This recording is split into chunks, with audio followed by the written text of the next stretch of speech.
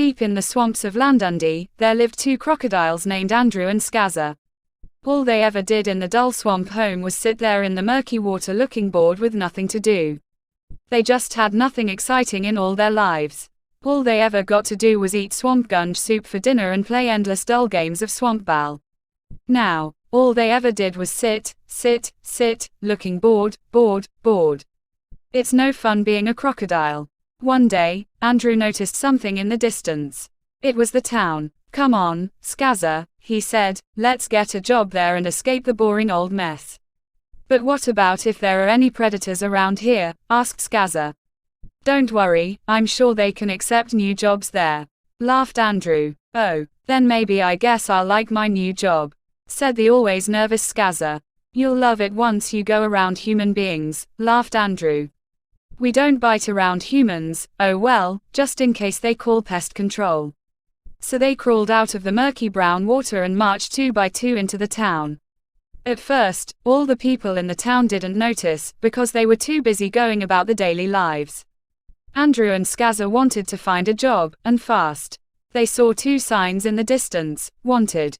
Hiring new teachers for school job," near the school, and "Hiring new owner of local butcher's shop, come and get your gulletty fill here."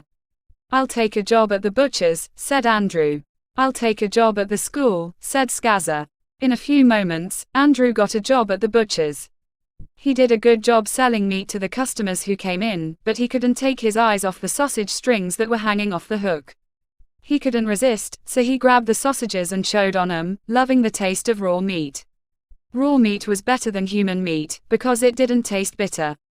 However, it wasn't long before he was fired by the angry manager of the butcher's shop, who thought his teeth were too sharp and his appetite too huge for a job like this.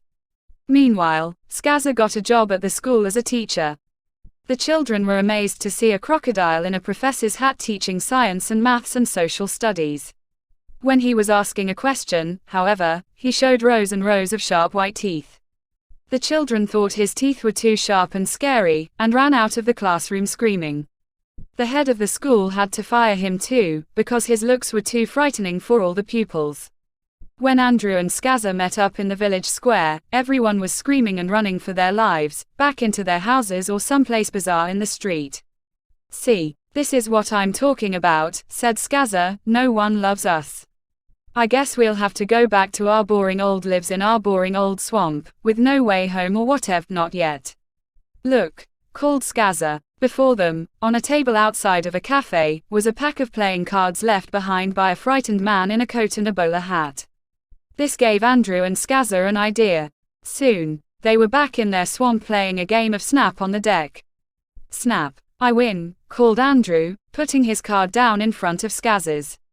"Oh, you win again," said Scazar. "It's fun to not be bored." "Yeah, even if you're alligators living in a murky, boring swamp," said Andrew. Soon, the other crocodiles wanted to play too, and soon, a casino was opened up on the edge of the swamp, where the crocodiles could play Snap whenever they wanted. Life was now as sweet as scales. The end.